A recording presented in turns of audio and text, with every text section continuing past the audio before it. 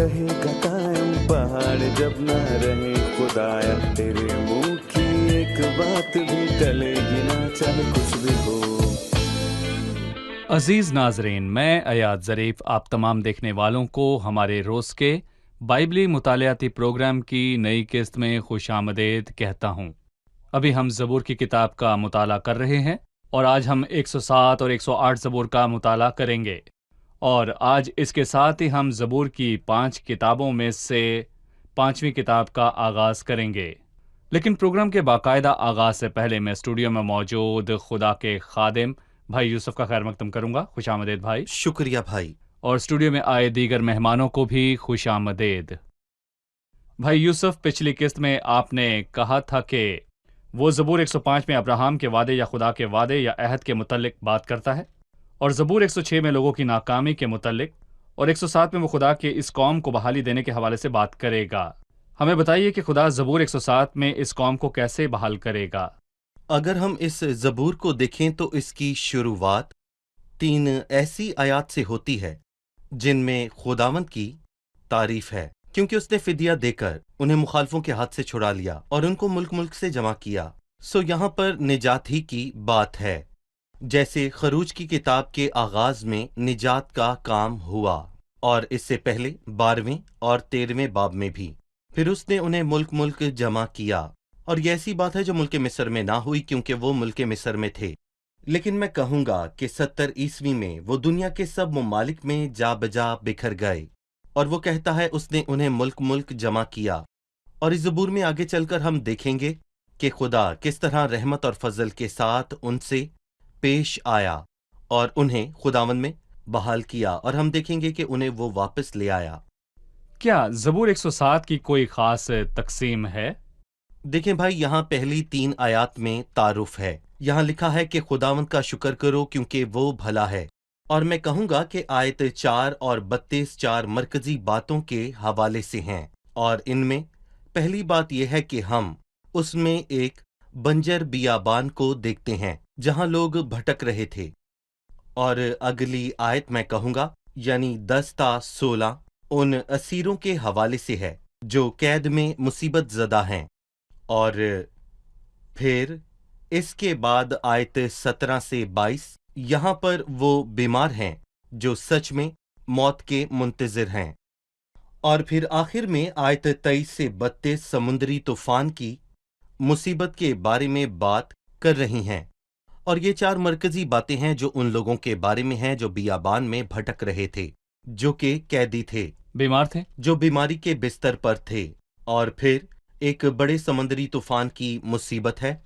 اور زبور کے آخری حصے میں یعنی آیت 33 سے آخر تک خدا کے مختلف کاموں کی بات کی گئی ہے کہ کس طرح وہ بیابان کو جھیل بنا دیتا ہے، اور اس کے برعکس کس طرح وہ لوگوں کو گھٹا دیتا اور ظلم اور مصیبت اور رنج کے تلے لاتا ہے۔ اس کا مطلب وہی ہے کہ لوگوں کو امیر یا غریب کرتا ہے۔ لہٰذا لوگوں کے 4 عکس دکھائے گئے، یعنی وہ لوگ جو شہر کی بنا بھٹک رہے تھے، بیمار لوگ، اور وہ لوگ جو کہ قید خانہ میں اسیر ہیں، اور وہ جو سمندر کے پانی میں کھو گئے، اور یہ ان کی مصیبت کا وقت تھا اس سے پیشتر کہ خداوند انہیں بحال کرے۔ بالکل۔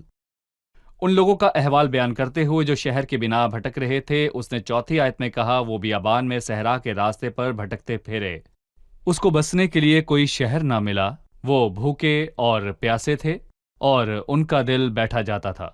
تب اپنی مصیبت میں انہوں نے خداوند سے فریاد کی اور اس نے ان کو ان کے دکھوں سے رہائی بخشی۔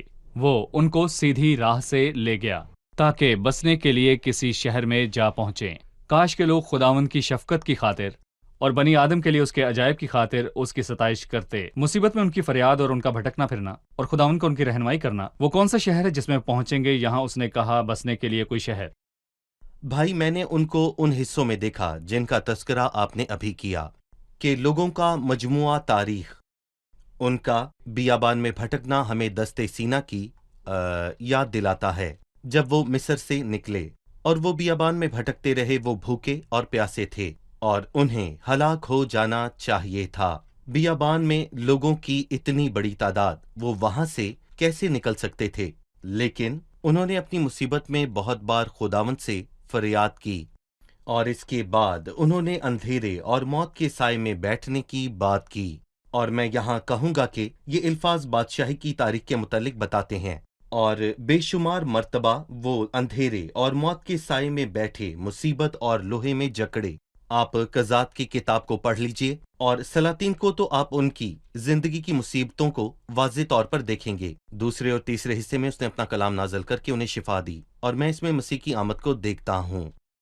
اور میں کہوں گا کہ اناجیل میں مسیح کے شاندار معجزات ہیں جہاں اس نے شفا دی، لیکن افسوس کہ انہوں نے نجات دینے والے کو نہ پہچانا اور موقع گنوا دیا اور جلاوطن کر دیے گئے، اور اب ایک بڑا طوفان ان کا منتظر ہے، لیکن وہ انہیں اس بڑے طوفان سے بچائے گا بھی اور انہیں وعدے کے ملک میں داخل بھی کرے گا، بالکل ویسے ہی جیسے اس نے ان کے باپ دادا سے کہا، کیونکہ خدا اپنے کلام کو پورا کرنے کا مشتاق ہے۔ جلا وطنی سے آپ کی مراد ہے کہ جب انہوں نے مسیح کو رد ان کیا، کا ساری دنیا میں اس کے بکھر بعد جانا۔ وہ بکھر گئے اور آج وہ ساری دنیا میں بکھرے پڑے ہیں، جب تک وہ مستقبل میں اپنے گناہ کو ترک کرنے کے بعد بحال نہیں کر دیے جاتے۔ اور اس بڑی مصیبت کے عرصہ میں ایک بڑا طوفان ان کا منتظر ہے۔ صحیح، ہم ایک وقفے کے بعد مہمانوں کے سوالات کے ساتھ حاضر ہوں گے۔ ناظرین، ملتے ہیں ایک چھوٹے سے وقفے کے بعد، ہمارے ساتھ رہیے۔ آج ہمیں ان اوزاروں کی ضرورت ہے جو پکار کر کہیں کہ خداوند بھلا ہے۔ ہمیں ایسے دلوں کی ضرورت ہے جو اس کی رحمت کے گن گائیں۔ اگر آپ ایک ایماندار ہیں میرے دوست، تو بڑبڑاتے یا تنقید کرتے نہ پھریں، بلکہ لوگوں کو بتائیں کہ خداوند کیسا بھلا ہے، اور وہ بہت بھلا ہے۔ اور یہ کوئی نعرہ یا صلاح نہیں ہے جسے ثابت کرنے کی ضرورت ہے، یا کوئی گھسی پٹی بات یا اشتہار نہیں، بلکہ ایک مستحکم سچائی ہے۔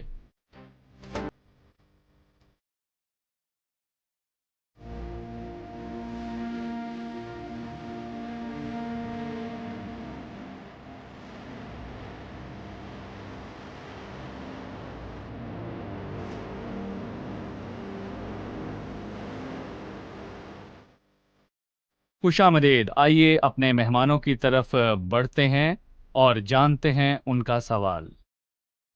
اس نے 23ویں آیت میں کہا، جو لوگ جہازوں میں بحر پر جاتے ہیں اور سمندر پر کاروبار میں لگے رہتے ہیں، یہ کس کے متعلق بات ہے؟